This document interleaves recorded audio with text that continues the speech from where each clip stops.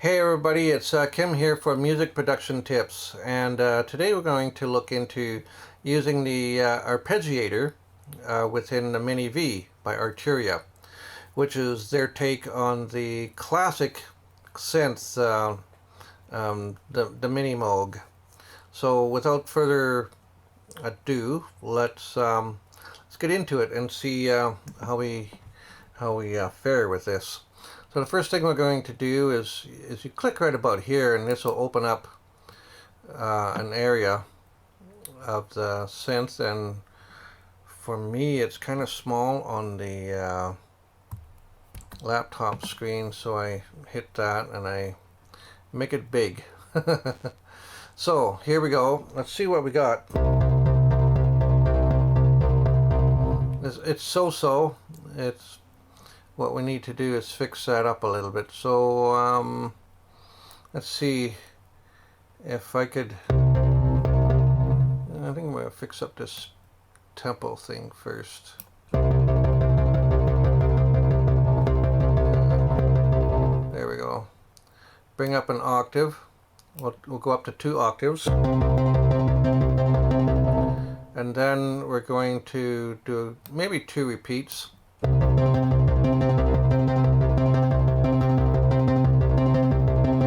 And we've already got the MIDI sync on, so that's good. Where are we here? The secret to this is getting some delay on it. So this is the delay, and if you go right here, this is where you turn the delay on and off. You put the delay back on, but it needs a little work. So what we're going to do is we're going to work with the wet dry mix first, up to her. Yeah, that's getting closer.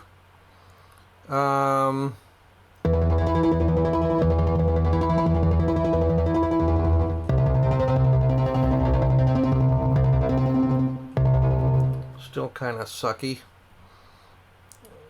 What have we got here yet to work with? Here we got time left and right. Let's see if we can get this happening.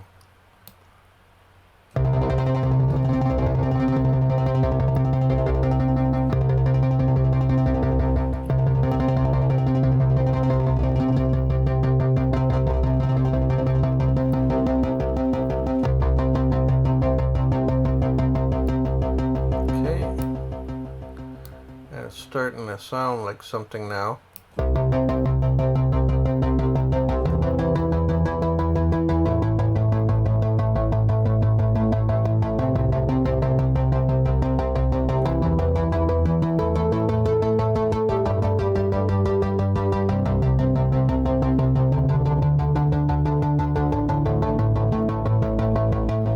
Let's see how it sounds if you play like just a simple triad chord.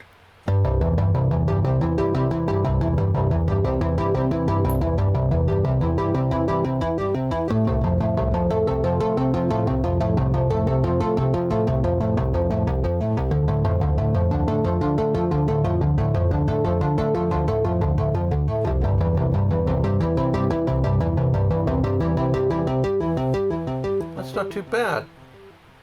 So now let's close this out. I think we got what I need here.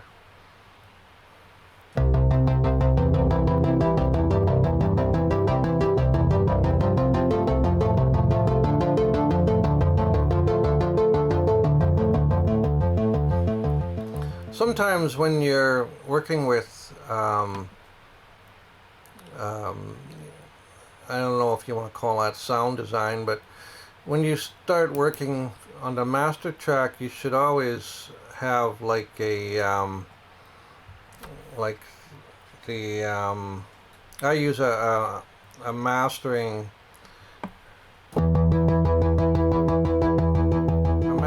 glue compressor that keeps the signal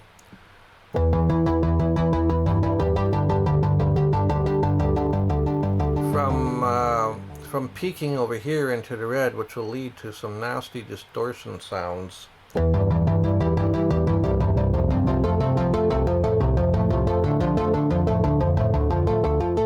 Which you really don't want to happen. So in that way, what we do is we click on audio effects, and then over here you will have a choice of which ones you want, and right under glue compressor there are a number of presets, and down here you go to mastering, make it loud. So it brings up the volume a bit, and at the same time it just prevents you from peeking over here into the red. That's one of the things I do all the time. It helps to protect your speakers too. You don't want all that uncontrolled peaks going to your speakers unless you have like a sub hooked up to the system, which in my case I don't, so this is what I use to prevent that from happening. Because I did actually ruin a speaker without realizing this little trick I found out about. So let's go back here. Now I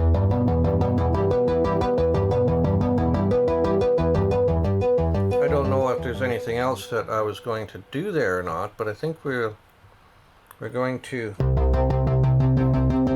close this part up, and we're going to go over to the MIDI like I did before, and I grab an encoder knob on the on my keyboard, and I like to mess with this one right here. So that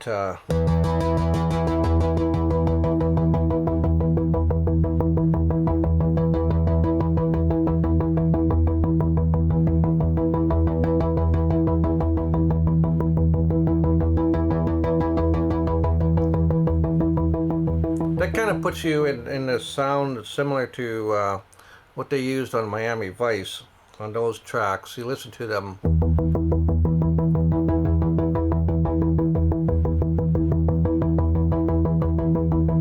There's going to be like a really low cutoff frequency on those values.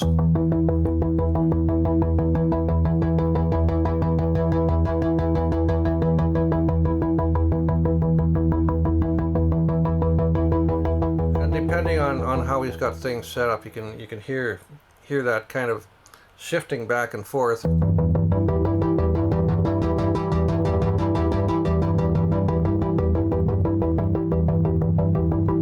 gives you like a really cool sound.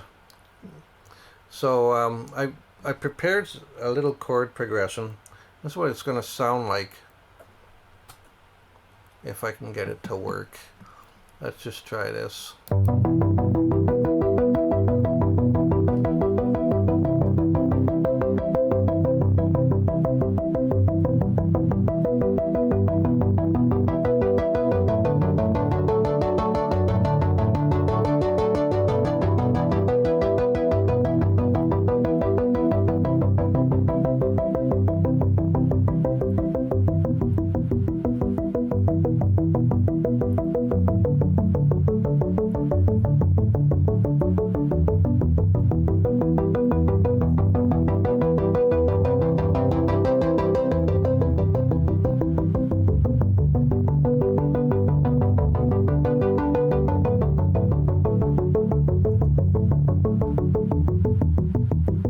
Starts to sound pretty cool.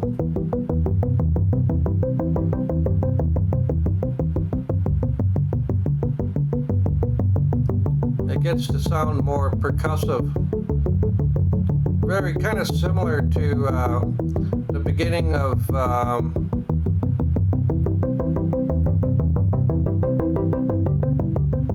Why Can't This Be Love by Van Halen. It's got to sound like that. It opens up the song with.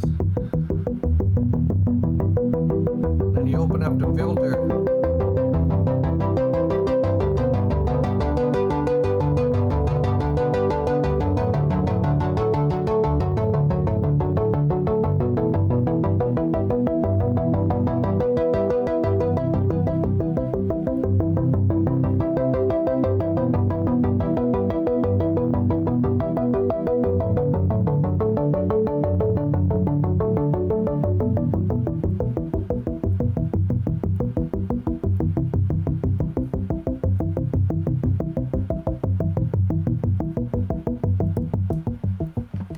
Well, that was just a pretty simple little demonstration. I hope you enjoyed that, and if you found the information helpful and useful, consider clicking like and subscribe, and we'll see you in the next video. Over and out.